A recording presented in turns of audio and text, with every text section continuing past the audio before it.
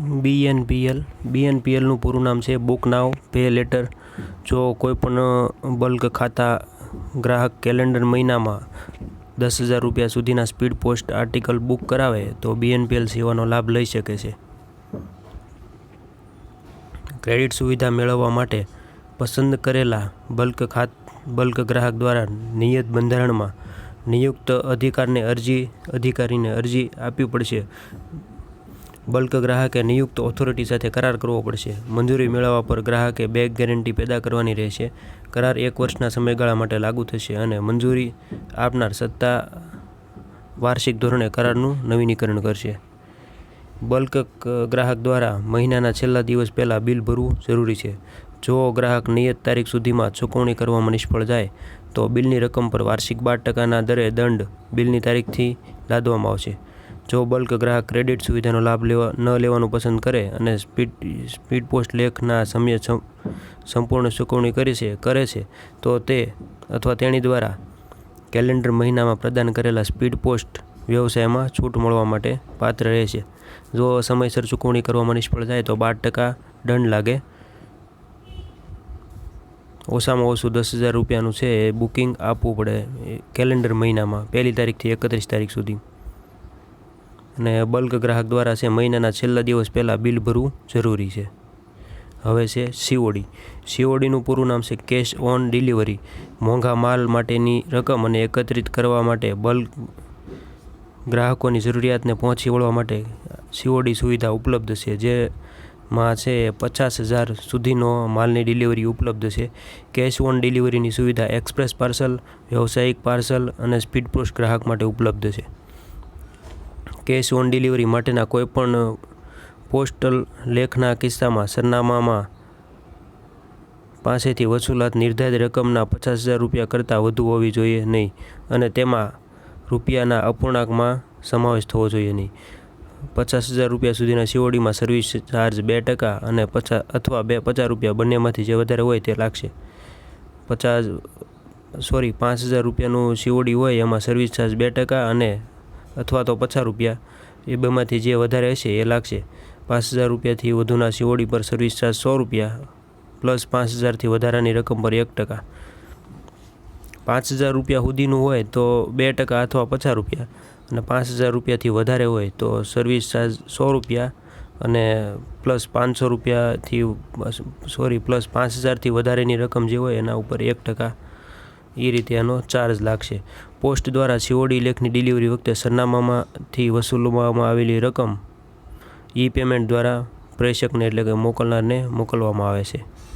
પછી છે direct post. તો ભારતમાં વધતી વેપારી પ્રવૃત્તિ સાથે વ્યવસાયિક સંગઠનો દ્વારા તેમના ઉત્પાદનો અને સેવાઓની સીધી જાહેરાત કરવાની જરૂરિયાત વધી રહી છે.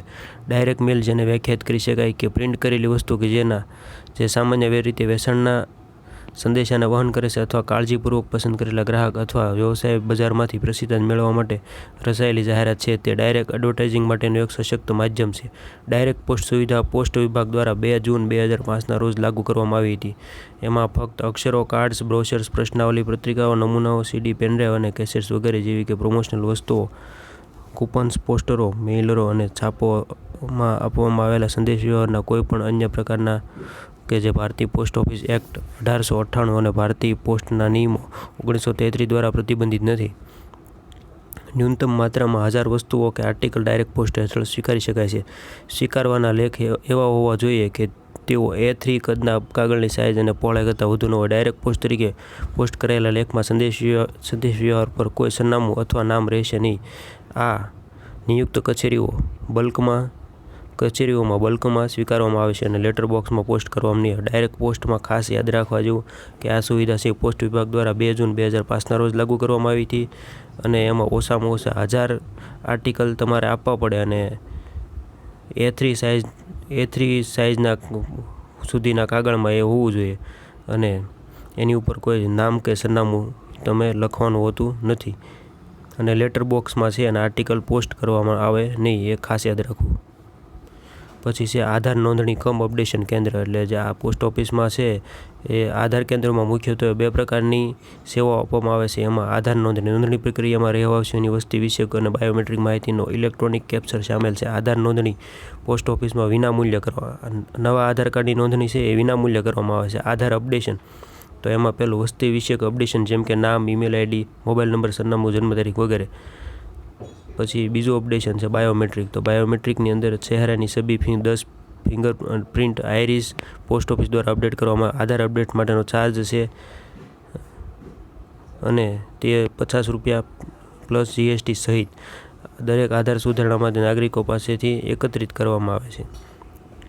ભારતના રહેવાસીઓને આધાર સંબંધિત સેવાઓ પ્રદાન કરવા માટે આખા ભારતની પોસ્ટ ઓફિસોમાં 13,352 આધાર નોંધણી કમ અપડેશન કેન્દ્રોની સ્થાપના કરવામાં આવી છે.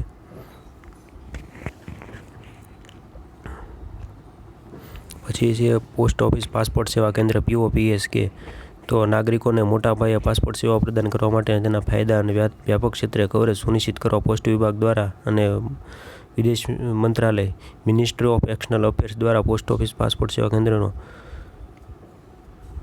નેટવર્કનો લાભ લેવા પરસ્પર સંમતિ થઈ છે. આ સુવિધા સામાન્ય લોકો માટે પોસ્ટ ઓફિસ દ્વારા તેમજ નજીકના પાસપોર્ટ સેવાઓ ઉપલબ્ધ કરાવવામાં સરળતા લાવે છે અને પાસપોર્ટ મેળવવા માટે નાગરિકોને લાંબા અંતરની મુસાફરી કરતાં બચાવે છે. 424 પોસ્ટ ઓફિસ પાસપોર્ટ સેવા કેન્દ્રો, તેમાંથી 65 એસ્પિરન્ટ જિલ્લાઓમાં આવેલા છે. BNPLનું પૂરું નામ, તો BNPLનું પૂરું નામ છે બુક નાવ પે લેટર. CODનું પૂરું નામ કેશ ઓન ડિલિવરી. પછી છે BNPL માટે બલ્ક ગ્રાહકો દ્વારા એક કેલેન્ડર મહિનામાં કેટલો વ્યાપાર આપવો જોઈએ, તો આની માટે BNPLનો લાભ લેવા માટે એક કેલેન્ડર મહિનામાં મિનિમમ છે ₹10,000નો વ્યાપાર આપવો જોઈએ. BNPL ગ્રાહક બિલ ભરવામાં નિષ્ફળ રહે તો કેટલા ટકા વાર્ષિક બિલ જનરેટ થઈ અને ત્યારથી દંડ લાગશે, તો એમાં છે જવાબ છે 12%. મહત્તમ કેટલા રૂપિયા સુધીની COD સુવિધા ઉપલબ્ધ, તો એમાં છે ઓપ્શન B 50,000. BMS સુવિધા માટે એક સમયે ઓછામાં ઓછા કેટલા આર્ટિકલ જરૂરી, તો 5,000. ડાયરેક્ટ પોસ્ટ સુવિધા પોસ્ટ વિભાગ દ્વારા ક્યારે લાગુ કરવામાં, તો 2 જૂન 2005. ડાયરેક્ટ પોસ્ટ માટે એક સમયે કેટલા આર્ટિકલ પોસ્ટ કરવા જોઈએ ઓછામાં ઓછા, તો 1000 આર્ટિકલ. આધાર અપડેશન માટે કેટલો ચાર્જ, તો કે ₹50. ભારતમાં કેટલા પોસ્ટ ઓફિસ આધાર અપડેશન કેન્દ્રો આવેલા છે, તો 13,352. પોસ્ટ ઓફિસ પાસપોર્ટ સેવા કેન્દ્રો કોની પહેલ છે, તો કે ડિપાર્ટમેન્ટ ઓફ પોસ્ટ અને મિનિસ્ટ્રી ઓફ એક્સટર્નલ અફેર્સ, એટલે D છે એ સાચો જવાબ છે. ભારતની પોસ્ટ ઓફિસ પાસપોર્ટ સેવા કેન્દ્રની સંખ્યા કેટલી છે, તો 424. પોસ્ટ ઓફિસનું બચત ખાતું SB, તો SB છે એમાં વ્યક્તિગત અને સંયુક્ત ખાતા ઉપર 4% વાર્ષિક વ્યાજ 10 વર્ષની ઉપરની સગર્ભ વ્યક્તિ છે, માઇનોર વ્યક્તિ એ ખાતું ખોલાવી શકે છે. સગીર વ્યક્તિ વતી એના વાલી ખાતું ખોલાવી શકે છે. ઓછામાં ઓછા ₹500 અને મહત્તમ કોઈ મર્યાદા નહીં. હવે બચત ખાતાની સગવડ, તો બચત ખાતામાં ચેકબુકની સગવડ મળે, વારસદાર એટલે નોમિનીની સગવડ મળે, SB એકાઉન્ટનું સ્થળાંતર એટલે ટ્રાન્સફર એક પોસ્ટ ઓફિસથી બીજી પોસ્ટ ઓફિસમાં થઈ છે. એકાઉન્ટ ટ્રાન્સફર માટેની ફી છે ₹100 અને ATM કાર્ડની સુવિધા પણ મળે છે. ATMનો કોઈ ચાર્જ નથી. પછી છે 5 વર્ષીય પોસ્ટ ઓફિસ રિકરિંગ થાપણ યોજના, એટલે RD ખાતું, રિકરિંગ ડિપોઝિટ, તો ₹100 સોના ખાતામાં પાકતી મુદતે ₹6,970 ઉપજે છે. આ ખાતું બીજા 5 વર્ષ માટે લંબાવી શકાય, એટલે RD ખાતું છે એ કુલ 10 વર્ષ સુધી ચાલી શકે છે. દર મહિને ઓછામાં ઓછા ₹100 અથવા 10ના દર મહિને ઓછામાં ઓછા ₹100 અથવા 10ના ગુણાંકમાં કોઈપણ રકમ મહત્તમ મર્યાદા વગર જમા કરાવી શકાય. RD એકાઉન્ટના ફાયદા: 1 વર્ષ પછી જમા રકમના 50% સુધી રકમ એકવાર લોન સ્વરૂપે મળવાપાત્ર. અગાઉથી જમા કરાવેલ હપ્તાની રકમ ઉપર વળતર. કોઈપણ પોસ્ટ ઓફિસમાં એકથી વધુ RD ખાતા ખોલાવી છે. ખાતામાં વારસદારની નિયુક્તિ અને ટ્રાન્સફરની સુવિધા ઉપલબ્ધ છે. હવે છે પોસ્ટ ઓફિસ TD ખાતું, ટાઈમ ડિપોઝિટ, તો એમાં વાર્ષિક વ્યાજ છે વાર્ષિક દરે મળે છે અને એની ગણતરી ત્રિમાસિક થાય, પણ વ્યાજની ચૂકવણી વાર્ષિક દરે કરવામાં આવે છે. આ ખાસ યાદ રાખવા જેવું છે. હવે છે વ્યાજના દર 1/7/2020 પ્રમાણે, તો 1 વર્ષનું હોય તો 5.5%, 2 વર્ષ માટે 3 વર્ષ માટે 5.5% અને 5 વર્ષનું TD ખાતું હોય ટાઈમ ડિપોઝિટ તો 6.4%. વ્યક્તિગત, સંયુક્ત અને 10 વર્ષથી મોટી ઉંમરના સગીર વ્યક્તિ વતી વાલી ખાતું ખોલાવી શકે છે. ઓછામાં ઓછા ₹1,000 અને 100ના ગુણાંકમાં, મહત્તમ કોઈ મર્યાદા નહીં. પછી છે પોસ્ટ ઓફિસ ટાઈમ ડિપોઝિટ ખાતાના લાભો. દરેક પ્રકારમાં એક અથવા એકથી વધુ ખાતા ખોલાવી શકાય છે. આકસ્મિક સંજોગોમાં પાકતી મુદત પહેલાં ખાતું બંધ કરાવી શકાય છે. 5 વર્ષીય ટીડીમાં રોકાણ ઉપર ટેક્સના લાભ માન્ય છે. વારસદાર અને ટ્રાન્સફરની સગવડ. ચેકથી પણ ખાતું ખોલાવી શકાય. ટૂંકી મુદત અને લાંબા સમયગાળામાં આમ બંને પ્રકારના છે એ ટીડી ખાતા ઉપલબ્ધ છે. હવે છે પોસ્ટ ઓફિસ માસિક આવક યોજના. મંથલી ઇન્કમ સ્કીમ માસિક આવક યોજના. એમાં છે 6.6% વ્યાજદર, એટલે કે 10,000 રૂપિયા પર માસિક વ્યાજ છે એ 66 રૂપિયા મળે. આ ખાતાની સમય મર્યાદા 5 વર્ષની હોય. ₹1000ના ગુણાંકમાં તમારે રકમ ભરવાની રહે. અને એક વ્યક્તિ છે એ 4.5 લાખ રૂપિયા અને જોઈન્ટ એકાઉન્ટના સંયુક્ત રીતે ખાતું હોય તો 9 લાખ રૂપિયા વધુમાં વધુ રોકી શકાય. પોસ્ટ ઓફિસ માસિક આવક યોજનાના લાભો. વારસદાર અને ટ્રાન્સફરની સગવડ છે. ચેકથી ખાતું ખોલાવી શકાય. વ્યાજની રકમ ઓટોમેટિક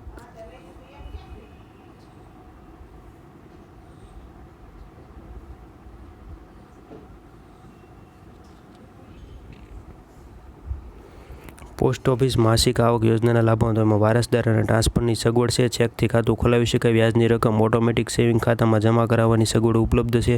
એટલે આનું જે વ્યાજ આવે MISનું એ ઓટોમેટિક તમારા SB એકાઉન્ટમાં જમા કરાવી શકો. નિવૃત્તિ અને મોટી ઉંમરના લોકો જેઓ માસિક આવક મેળવવા માંગતા હોય એમના માટે આ શ્રેષ્ઠ યોજના છે. દર મહિને વ્યાજ ચૂકવાતું હોવાથી આવકનું શ્રેષ્ઠ સાધન. આ MISમાં છે દર મહિને વ્યાજ ચૂકવવામાં આવે છે એટલે આવકનું શ્રેષ્ઠ સાધન છે. પછી નેશનલ સેવિંગ સર્ટિફિકેટ NSC 5 વર્ષ માટે 6.8% ચક્રવૃદ્ધિ વ્યાજ, એટલે કે 1000 રૂપિયાના પાકતી મુદતે 1389.49 ચૂકવવાના થાય છે. 6 માસિક ચક્રવૃદ્ધિ વ્યાજની ગણતરી કરવામાં આવે છે.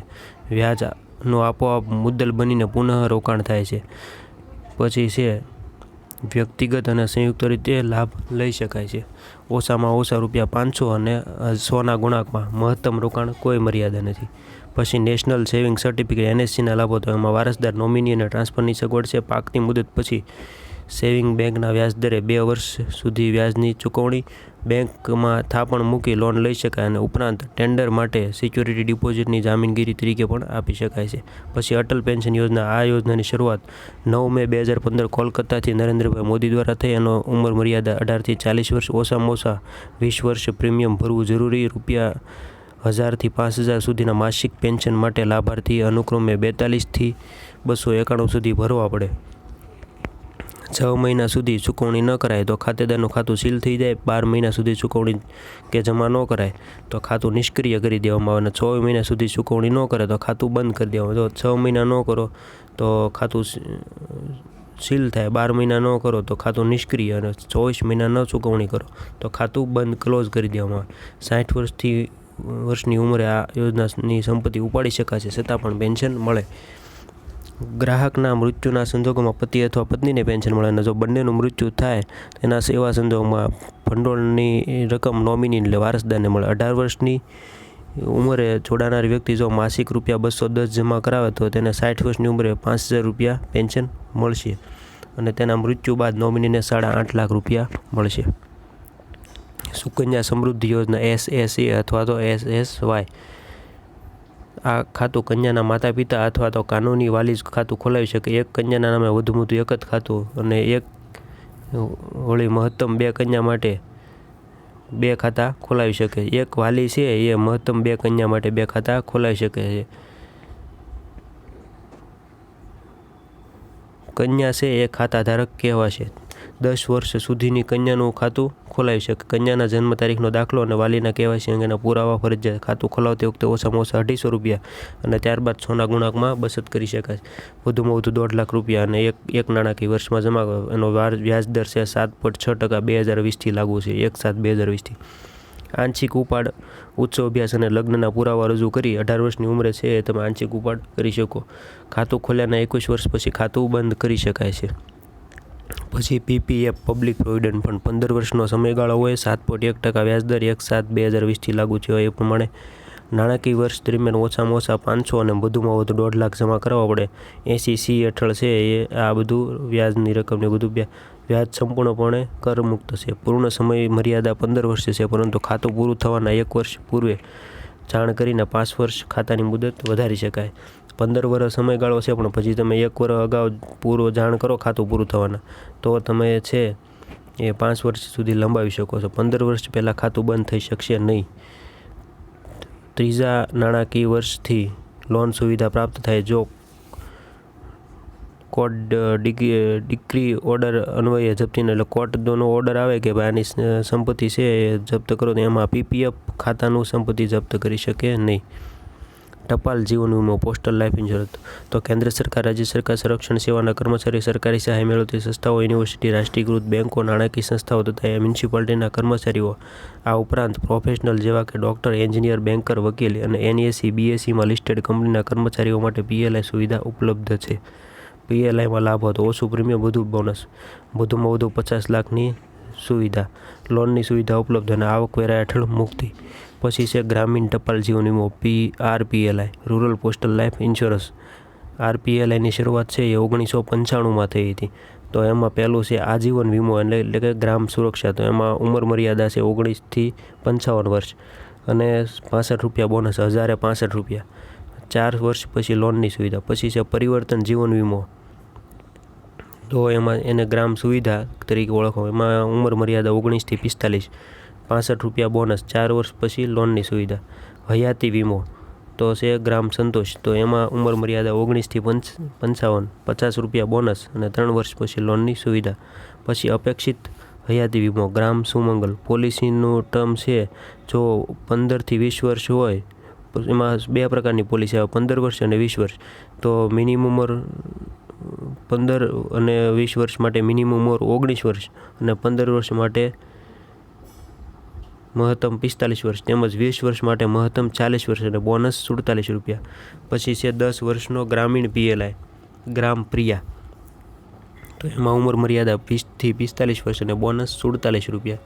પછી છે ચિલ્ડ્રન પોલિસી ગ્રામ બાળ જીવન વીમો, એટલે પોલિસી હોલ્ડરના માતા પિતાની ઉંમર 45 વર્ષથી અને ઉપરના ન હોવા જોઈએ અને બોનસ ₹50. હવે એના આરપીએલઆઈના લાભો અને સુવિધા. આરપીએલઆઈમાં ઓછું પ્રીમિયમ, વધુ બોનસ, વધુમાં વધુ 10 લાખનો આરપીએલઆઈ કરાવી શકાય. લોનની સુવિધા ઉપલબ્ધ, આવકવેરા હેઠળ મુક્તિ. પછી છે ઇન્ડિયા પોસ્ટ પેમેન્ટ બેંક આઈપીબીબી, એની સ્થાપના 1 સપ્ટેમ્બર 2018 નરેન્દ્રભાઈ મોદીએ તાલકટોરા સ્ટેડિયમ ખાતેથી કરી હતી. મુખ્ય મથક છે એનું નવી દિલ્હી છે. 27 ફેબ્રુઆરી 2020 સુધીમાં 2 કરોડ ગ્રાહકો થયા છે. આઈપીબીબી ખાતાથી તમે પીપીએફ, એસએસસી અને આરડીનું ચૂકવણું કરી શકો છો. એનું સ્લોગન છે આપકા બેંક આપકે દ્વારા. એઈપીએસનું પૂરું નામ આધાર એનેબલ પેમેન્ટ સિસ્ટમ.